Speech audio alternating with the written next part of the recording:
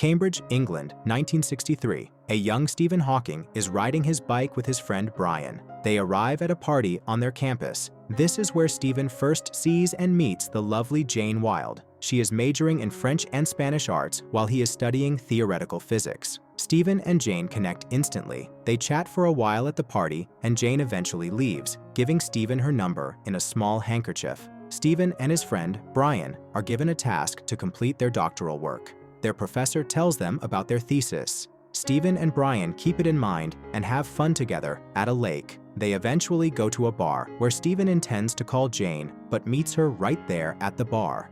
She's with her friends. He asks her out for a game of croquet, but she's hesitant. He leaves, and the next morning, Brian reminds Stephen of their task, which he completely seems to have forgotten about. He hurriedly turns on some music and starts to work on the problems their professor gave. While about to work on the task at hand, Stephen faces some physical difficulties. In the class, Stephen baffles everyone by working on most of the problems in such a short amount of time, while the others' works couldn't even be deciphered. The professor is shocked and applauds him.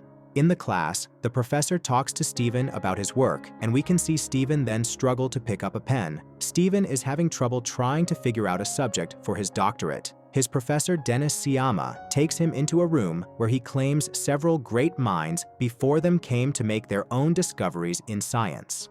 The professor proposes Stephen to go to a seminar with him, along with other brilliant students. Stephen agrees to the offer. Afterward, Stephen meets Jane outside her church. Jane is a regular churchgoer, while Stephen does not agree with the idea of an omnipotent God that controls the universe. Stephen invites Jane over to meet his family for lunch, and they have a great time. Right then, Stephen asks Jane to be his partner at the May Ball. Jane agrees gleefully. They get to the ball, where Stephen is adamant about not dancing. They chat for a while as Stephen explains to Jane about the birth and death of stars. That's when the fireworks start. The sky brightens up with spectacular colors. They laugh around and get significantly closer than before. Observing the night sky and the beautiful stars, Stephen and Jane dance at the ball. A couple of days later, Sciama takes his students into London to sit through a lecture from Roger Penrose on his theory on gravitational singularity in black holes. During the trip, Stephen has difficulties even getting on a train. Stephen faces even more difficulties at the seminar and suspects something is wrong. The seminar inspires Stephen to propose a theory that applies to the entire universe, to trace back the creation of the universe through time. He starts writing mathematical equations and research when his hands start trembling. As he is walking on campus, Stephen stumbles and falls, hitting the ground hard and losing consciousness. He is instantly rushed to the hospital by his friends and colleagues. Stephen sees a doctor and, after having some tests run, is told that he has a motor neuron disease that will slowly affect the muscles in his body that affect movements. The doctor tells him about his disease, which is a progressive motor neuron disease, where the muscles do not receive signals to do voluntary actions. It is degenerative that eventually causes muscle decay, and he would no longer be able to speak, swallow, chew, walk, or write. While his brain will not be affected, he is told that patients with this disease have a life expectancy of 2 years. After the diagnosis, Stephen spends much of his time in his room, depressed and angry, while trying to finish his research. Brian informs Jane of what's happened, and she visits Stephen. She invites him to play croquet, but Stephen refuses. He relents when she says she will not come back if he doesn't join her.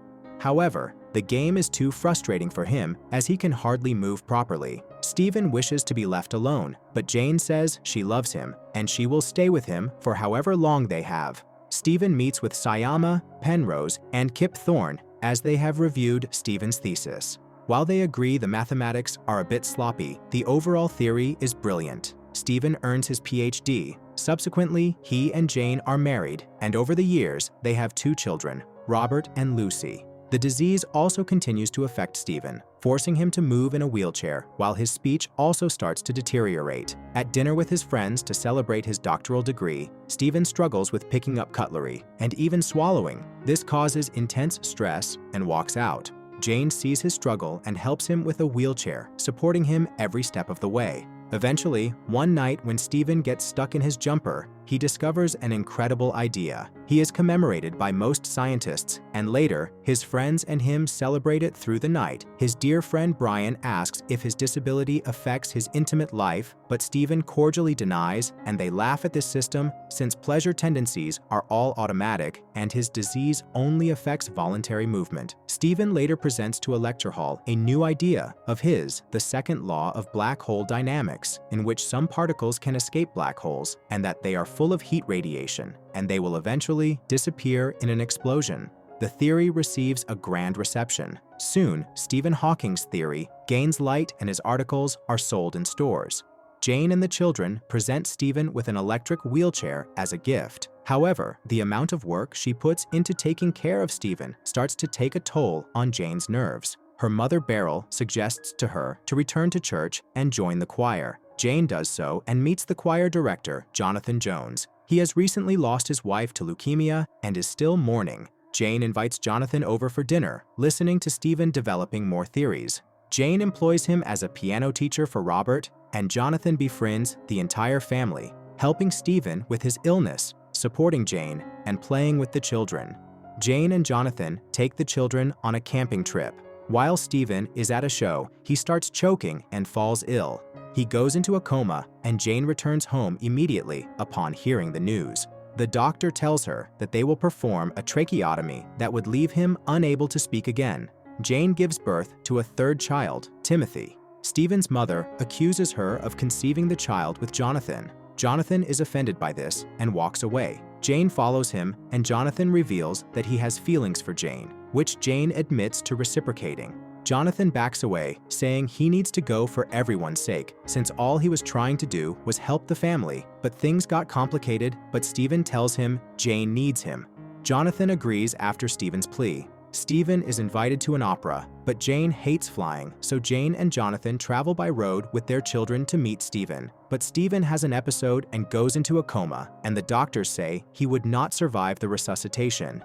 He hesitates in doing a tracheotomy on him due to his muscles already having atrophied, which means Stephen's ability to speak will be impaired and he would become mute forever. Jane insists on a tracheotomy, but the family then struggles to communicate with Stephen. A live-in nurse, Elaine Mason, is hired to look after Stephen. She helps him communicate through facial movements and small gestures. Stephen eventually gets a speech-generating device to communicate. He charms Elaine with his sense of humor, and she tells Jane he is a good patient. Stephen begins working on his first book, A Brief History of Time, and his bond with Elaine gets stronger and stronger. He later tells Jane that he's invited Elaine to go with him to America following the book's release. Jane is very upset about this. She knows she's tried her best to care for Stephen, but both of them come to realize that Jane no longer has a place there with him. They know that this is the end of their marriage. Jane eventually moves out. She returns to church and pursues a relationship with Jonathan.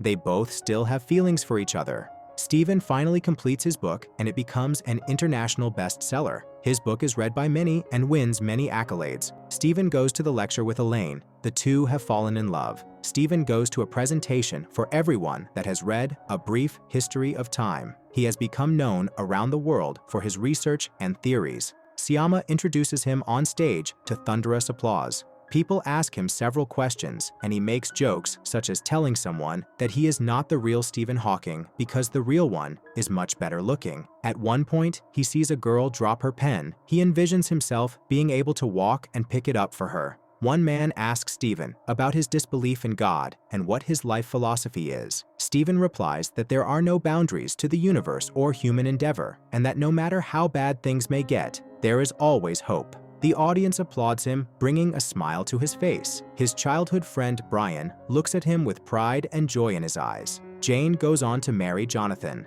One day, they receive a letter from Stephen, and both of them are ecstatic at the news. Despite their divorce, they are always there for each other as friends and companions. Stephen and Jane meet Queen Elizabeth II together, where he is made a member of the Order of the Companions of Honor. They spend a moment together where Jane thanks him and also assures him that he can decline the knighthood if he chose to do so. They watch their children running around in the garden. Stephen tells Jane, "Look at what we made." The ending text says that A Brief History of Time has sold more than 10 million copies around the world. At 72, Stephen Hawking has no plans to retire and is still looking into a theory of everything. Stephen declined a knighthood from the Queen and continued his research. Jane Hawking earned her PhD in Spanish poetry and is happily married to Jonathan Jones. She and Stephen remain close friends and have 3 grandchildren.